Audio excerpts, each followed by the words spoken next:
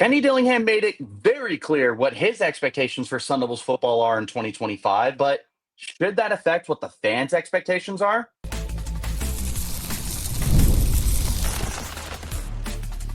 You are Locked On Sun Devils, your daily podcast on the Arizona State Sun Devils. Part of the Locked On Podcast Network, your team every day. Welcome back to the Locked On Sun Devils podcast, part of the Locked On Podcast Network, your team every day. My name is Richie Bradshaw, your expert for all things Arizona State Sun Devils football, from the gridiron to the hard court and everything in between. I'll get you all the information you need to know. Today's episode is brought to you by FanDuel. Right now, new customers can get $200 in bonus bets when your first $5 bet wins. Kenny Dillingham is managing the expectations for the Sun Devils this upcoming season. How should fans feel? How should fans react to this? What are the actual goals for the season? All that is coming up on today's episode. Before we get started, thanks to all of you for making Locked On Sun Devils your first listen of the day. And shout out to my everydayers who are here every day. All right, so here's the thing. When you come off of a magical season like what the Sun Devils just had, a lot of things happen. The first thing is the fan base is energized. The fan base comes back to life. They are on top of the world. I mean, this goes to any professional sport, right?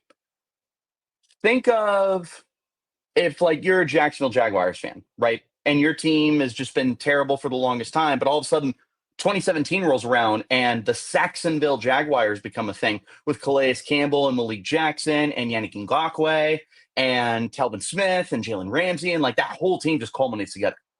But they didn't prove they could last, kind of thing. Think about the Texas Rangers a few years ago who won the World Series over our beloved Arizona Diamondbacks. Everything came together for them. They made the right moves. They were able to get the pitching going. They got some of their hitters. God, I can't remember the guy who absolutely broke my heart. Maybe it's just because I'm blocking him out of my memory. But they couldn't manage to continue having it go on a season-to-season basis. Now let's take it back to Arizona State. You just had this insane season, right? You had the Jaguars went to the AFC Championship game. The Rangers won a World Series. The Sun Devils won the Big 12 Conference in their first year in the Big 12 and took the Texas Longhorns to double overtime in the Peach Bowl, one play away from winning the game.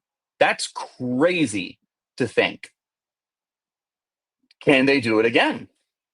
I mean, we can sit here and say, like, oh, yeah, absolutely. And I can tell you till I'm blue in the face because I'm very confident in this team. I've said that many a times, and I'm not going to stop saying it.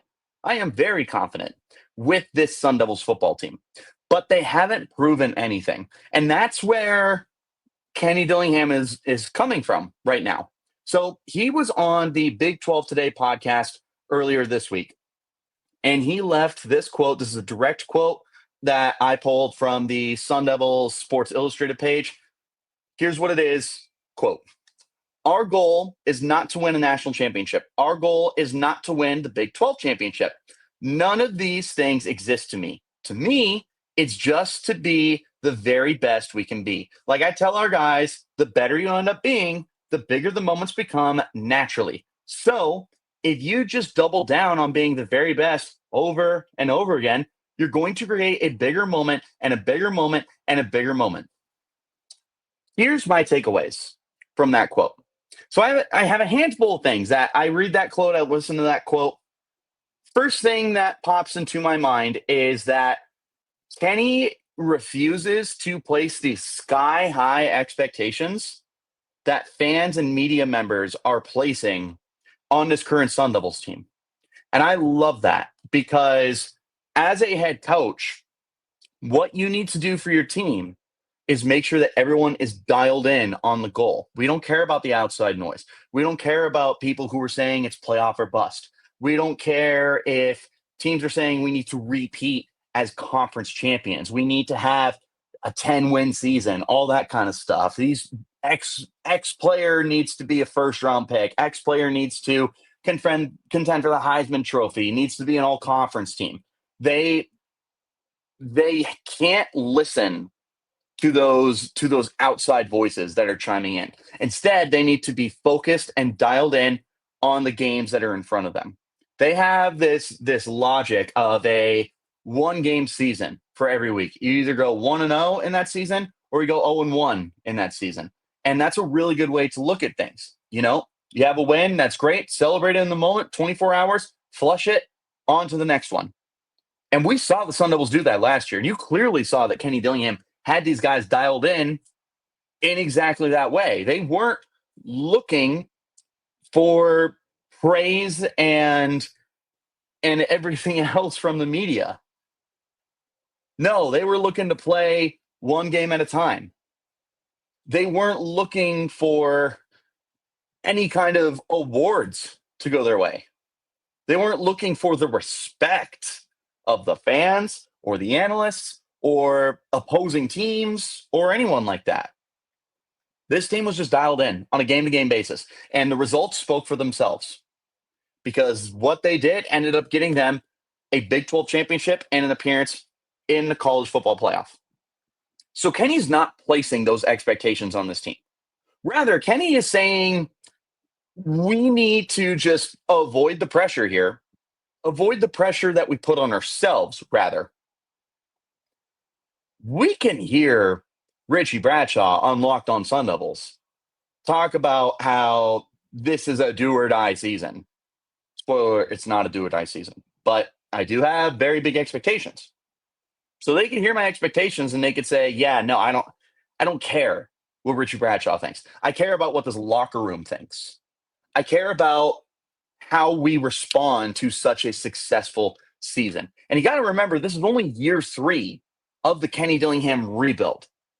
This is you're way ahead of where you are supposed to be. You need to remember that. Expectations bring a lot of pressure. Kenny Dillingham is trying to avoid the pressure right now.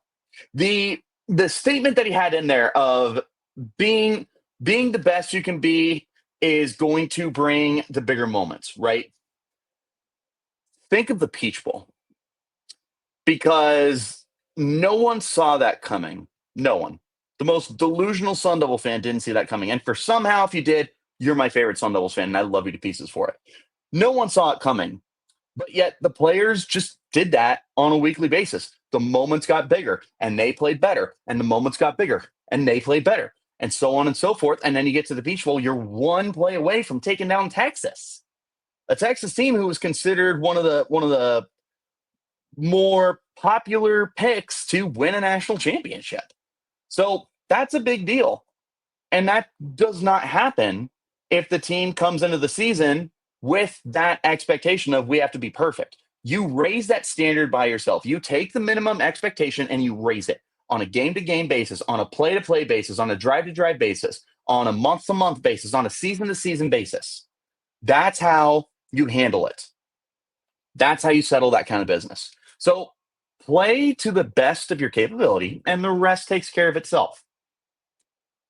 Here's what I am interpreting that Kenny Dillingham is understanding about the pressure that is placed on his team. And the reason why this quote makes so much sense the way it does is I think that you have a lot of pressure that is being placed on Kenny Dillingham and the Sun Devils football program from a lot of different sources. Obviously, the fans, students, alumni, former players, all that good stuff. They have waited a long time for this team to win. And there's been a lot of lows over the last 25 years for Sun Devils football. They have had some really good teams that just were not able to capitalize. That 2012 team that went to the Pac-12 championship game and got thrashed by Stanford. That was brutal. Being in or was that 2013? It was 2013, excuse me. And then 2014, being in the running for the first ever college football playoff and then blowing it at the end. Like that's what fans have come to know for the Sun Devils. So when you get to the college football playoff and you play a team like Texas as close as you do, that energizes everyone. And now it's win now. It's win now. We have to do it. This is the time to strike while the iron is hot. And you kind of forget that, hey, we're still in the mid. We're in a rebuild. Have some patience. The boosters, they're also ones that are placing some expectations. They've been waiting to invest in this program for a long, long, long time. There are deep pockets in the Valley who are ready to spend money, but there hasn't been a reason to spend that money. The Big 12 itself probably has some pressure. Brent Yormark, the commissioner of the Big 12, he sees this conference getting dismissed and disrespected on an annual basis. And the Big 10 and the SEC want all their teams to go to the college football playoff, but who gives a crap about the Big 12? So Brent Yormark is sitting there and he's like, look, our teams stack up as well as yours. Give me Texas Tech against Indiana. I like the Red Raiders in that game. Give me BYU and last year's Texas team, and I think the Cougars could take them to the wire. These are teams that just get overlooked, and Arizona State is currently the face of the Big 12 Conference until you have a new champion. So if ASU repeats as a champion, now that is like the team of the Big 12, and now it's like, got to pay attention. You can't overlook the Big 12 now. What about the media expectations that are being placed on this team? We can't have Arizona State be a Cinderella team. That'd be the worst thing in the world. Cinderella teams are fun, but ASU didn't do anything with it. We might already have Cinderella teams with SMU and with Indiana. We can't have more Cinderella teams. And then, of course, the players may have their own expectations. After being so close, they might have that mentality of like unfinished business. That's not a bad mentality, but that can be dangerous. If you go into the year and you say, this is the only way we succeed is if we win the Big 12 and a college football playoff game, that's dangerous because now if you don't do that, the morale in your locker room plummets. You just have to be careful. You have to manage the expectations. That's what Kenny Dillingham is here to do. Look at it with a clear eye view. Dial in for a pivotal season, block out the outside noise, and buy in to what is being told to you in the locker room. That's where Kenny Dillingham's head is at right now. Where are the fans' heads at right now? That's coming up next. This is the Locked On Sun Devils podcast, part of the Locked On Podcast Network, your team every day. I want to talk to you about our friends over at FanDuel. The NBA playoffs are in full swing. It is conference championship, if you can believe that already. And every night delivers highlight-worthy performances, major momentum shifts, and can't-miss moments. Whether it's game-time shots, a breakout player, there's never been a better time to get in on the action. FanDuel makes it easy to stay in the game before the tip-off and live. With player props, performance trends, and same-game parlays, fans have more ways than ever to play smart and win big. What players are you looking to step up in the big moment? How can you not be paying attention to Lou Dort and what he is going to do for the Oklahoma City Thunder? Because I know I'm going to be taking a look at some of his props for myself as a biased ASU fan. If you got to read on who's heating up, I mean, why not back it up with a same-game parlay? Here's the best part. Your first $5 bet, if you are a new customer, if it hits, that's $200 in bonus bets that you can spend anywhere. So if you're new to FanDuel, now's the perfect time to sign up. Head to FanDuel.com, place your first $5 bet. If it wins, you'll get $200 in bonus bets. Make every moment more with FanDuel, the official sports betting partner of the NBA.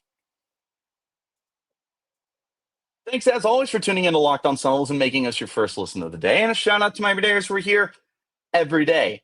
We know how Kenny Dillingham feels about expectations, but how are fans supposed to feel about those expectations? Well, I don't know that they are going to drastically change too much. Now, that may sound like crazy.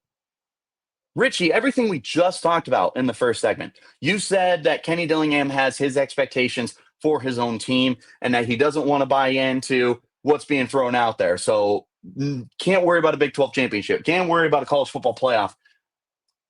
It's what Kenny Dillingham is focusing on. Here's how I imagine some Sun Devil fans may take those comments. Kenny Dillingham gun shy? Is Dilly afraid of this upcoming season? Should we expect his team to fall apart? Is there going to be a hangover? Is this a Cinderella team? Like, what's going on with ASU? Why is Kenny Dillingham saying the things he's saying? That's some of the stuff I can hear from Sun Devils fans. when they hear the comments from Kenny Dillingham. This is what I think ASU fans need to keep in mind. First of all, we mentioned earlier, and I'll reiterate right now, ASU was in a rebuild. That didn't change overnight just because ASU went and won a conference and 11 games last year. That does not mean that ASU is not in the midst of a full-blown rebuild of this program.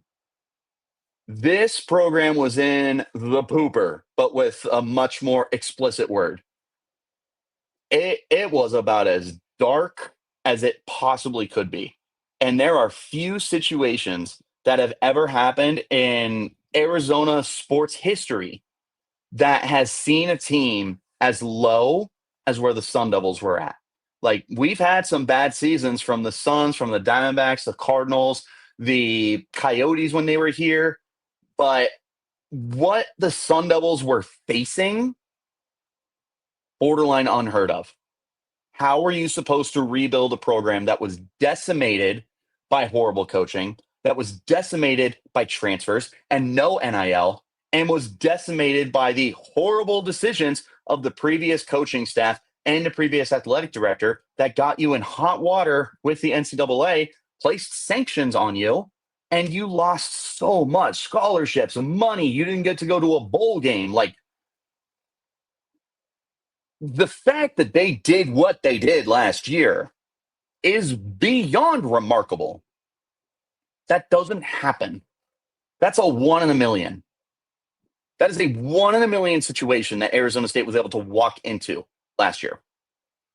And they worked hard for it. But you got to remember, this is still a rebuild. They are so far ahead of where they're supposed to be. When you look at college football, one of the best standards that you can have when you're talking about benchmarks, when should this team turn the corner?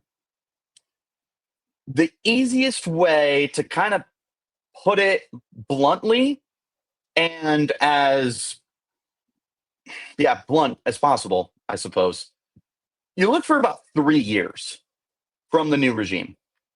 3 years is going to give a coach enough time to have some losing seasons and build some success, get some momentum going their way, get some NIL dollars, get the fans back in, have the recruiting pick up. Because by the time year 3 rolls around, a lot of what's on that team is your roster now. It's your recruits. It's not the previous regime. Look at Ryan Day at Ohio State. We needed a few years to see what Ryan Day was going to do, not because he didn't recruit a lot of that team, but because Urban Meyer was there, one of the greatest college football head coaches of all time. A lot of the players at Ohio State were there because of Urban Meyer. So Ryan Day, he needed to come out and prove himself quite a bit before we got to crown him as the champion of the Ohio State Buckeyes football program. And I mean, we still were challenging him on an annual basis. He just now won a championship. Like, that's just the way that things are, is you have to give proper time to see if a guy can build a team with their own players. So we're coming into year 3 for Kenny Dillingham, and surprise, surprise, majority of this team is guys that he has recruited or brought into the transfer portal. Guys that were previously on this team before Kenny Dillingham. I'm not sure. I'm not sure anyone is, honestly. I'd have to really sit here and think about it. The vast majority of this team was brought in by Kenny Dillingham, if not all of it. So this is a big season. But it's a big season because we're going to get a true measuring stick of where Kenny Dillingham is at right now. So we have our giant expectations, but we also need to remember this is a rebuild. And if Kenny Dillingham comes out and wins 6 games this year, that's not a horrible thing. Certainly not good. But we have to remember where this team was previously. Got to keep that in mind. Absolutely have to keep that in mind. Here's another thing.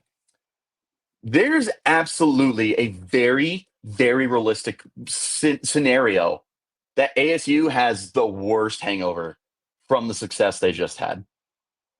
Arizona State University attendees, students, graduates, yeah, we know what a hangover is. And the football team might have a hangover of that caliber. That season came out of nowhere. Nowhere. Who predicted it? Only the craziest Sun Devil fans. And I already told you you're my favorite. But you would be it. And there's not a lot of you out there, if any. No one saw this coming. Look, I love this team.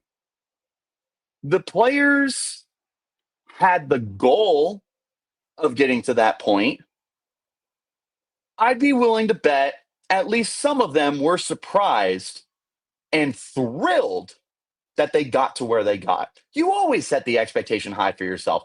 Every year, yeah, you want to win a championship. Who goes into a season going, oh, I hope we win 4 games? No, you want to win a championship every year, especially the players and the coaches and everything else. But when it actually starts to unfold, that's when it's like, wow, this is reality. Like, this is crazy. I can't believe we're actually living up to the expectations that we place in our head. That's nuts. You could see a hangover because then it seeps in. Then you feel like you're on top of the world and you're confident. You're a big, bad fluttermucker on the block, right? You're the champs of the Big 12. Everyone else here, y'all ain't got nothing. And then you get stomped. That's a very deadly situation to find yourself in. There's a lot of returning production here. There's a lot of unproven football players on this team. How many players on this team have strung together multiple seasons of success? Not very many. A lot of the guys on this team have shown great potential. I mean, there's NFL players here. Sam Leavitt and Kanye Udo and Kyson Brown and Jordyn Tyson and Xavion Alford and Keyshawn Elliott and CJ Fight. There's a ton of players on this team who have shown next level capabilities, but there's still a lot to prove from the roster top to bottom. A hangover from that success is very, very realistic. So how should fans feel? Remember, I said at the top of this segment that you don't necessarily need to change your mind. That's not unrealistic to expect ASU to run it back. The whole damn team is back. You lost a handful of very important players, yeah, but you brought back your quarterback, your number 1 receiver, 4 of your 5 starters on the offensive line, almost your entire starting defense. All your coaching staff is back. Like, there's a lot of reason to expect this to be a great year. So just understand this. How should fans feel?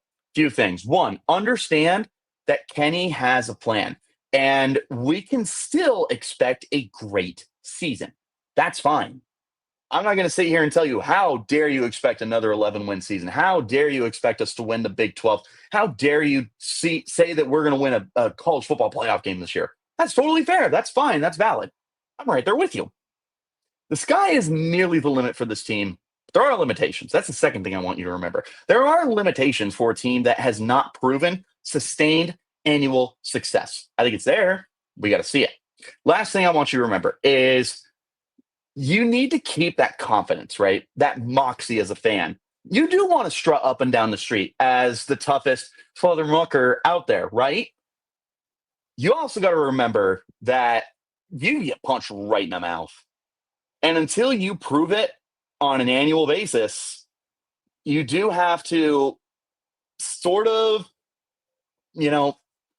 speak softly and carry a big stick, as Teddy Roosevelt said. The way that Kenny Dillingham has put it out there, undersell, over-deliver. Not a bad thing at all. What are the goals for the season? That's coming up next. This is the Locked On Sun Devils podcast, part of the Locked On Podcast Network, your team every day. And again, thank you all so much for tuning in to Locked On Sun Devils and making us your first listen of the day. A shout out to my everydayers who are here every day. If you're looking for more college football content, you need to check out the Locked On Portal podcast with my good friend Brian Smith. You can also check out Locked On College Football with Spencer McLaughlin or Locked On Big 12 with Drake Toll. I got plenty of places for you to go for your second, third, fourth, fifth, 50th listen of the day.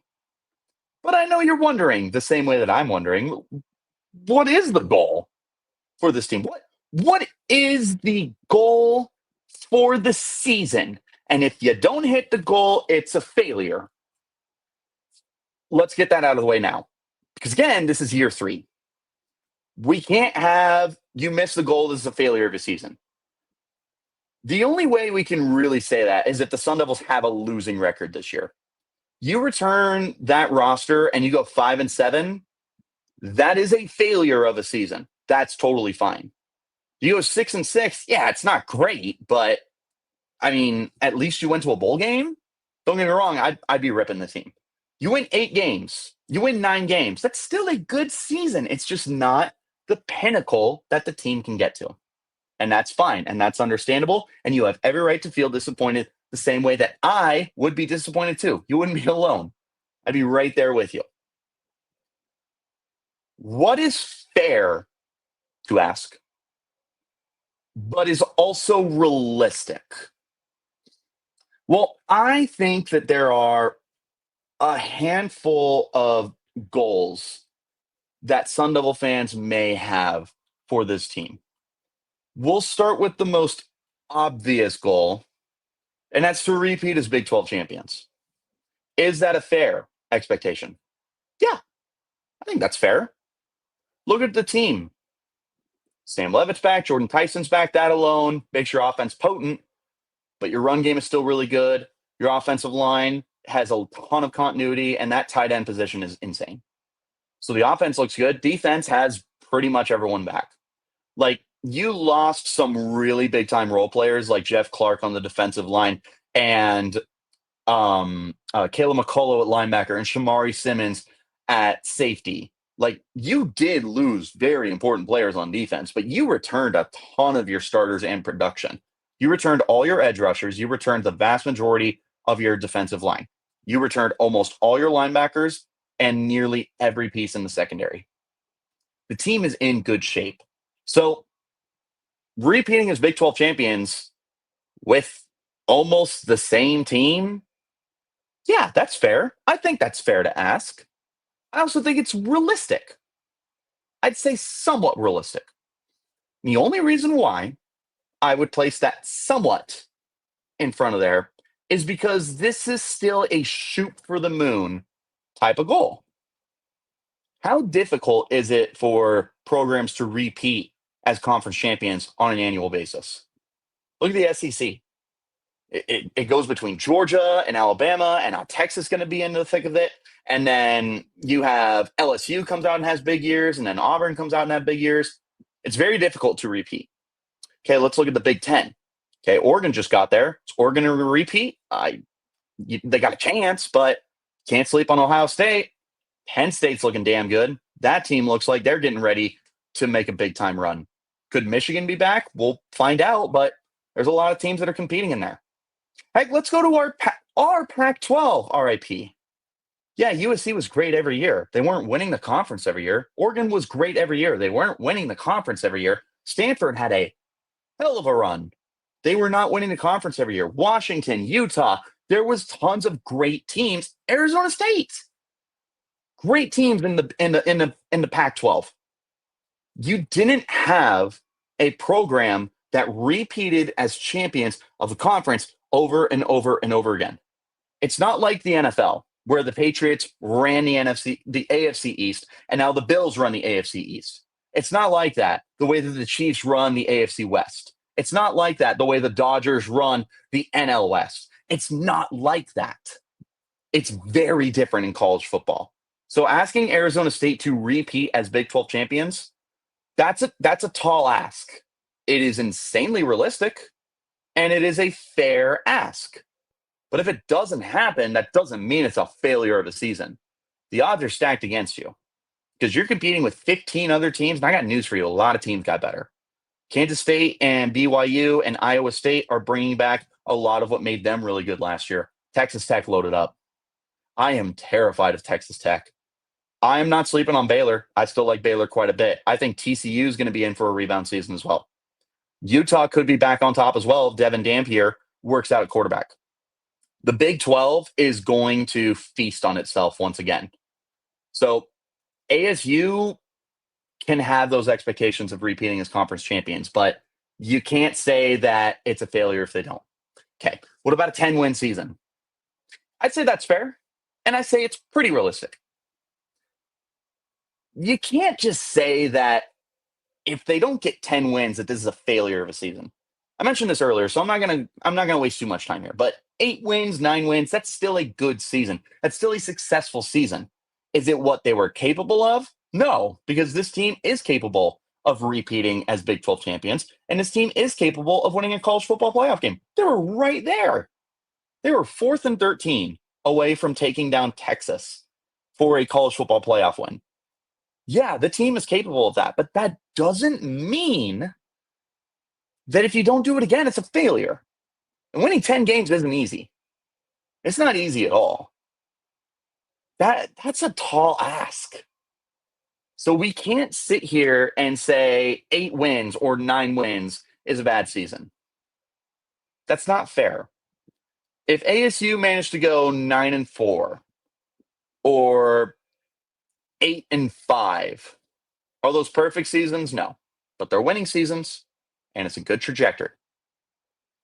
What about a college football playoff one? That's an unfair expectation, and that is not unrealistic, but it can't be the baseline. That can't be it. We just went to the college football playoff. We have to go again. No, we don't have to go again. We just need to show that the program is trending upwards in that direction. I got something that I want to remind everyone. ASU is not blue blood. And that's not a bad thing. Because the blue blood programs, Alabama, Ohio State, Michigan, Georgia, Texas, USC, there are very, very high expectations there. If you don't do a certain thing very, very well, you're out. If Lincoln Riley continues to underachieve at USC, and that's not going to continue to be the case, in my opinion.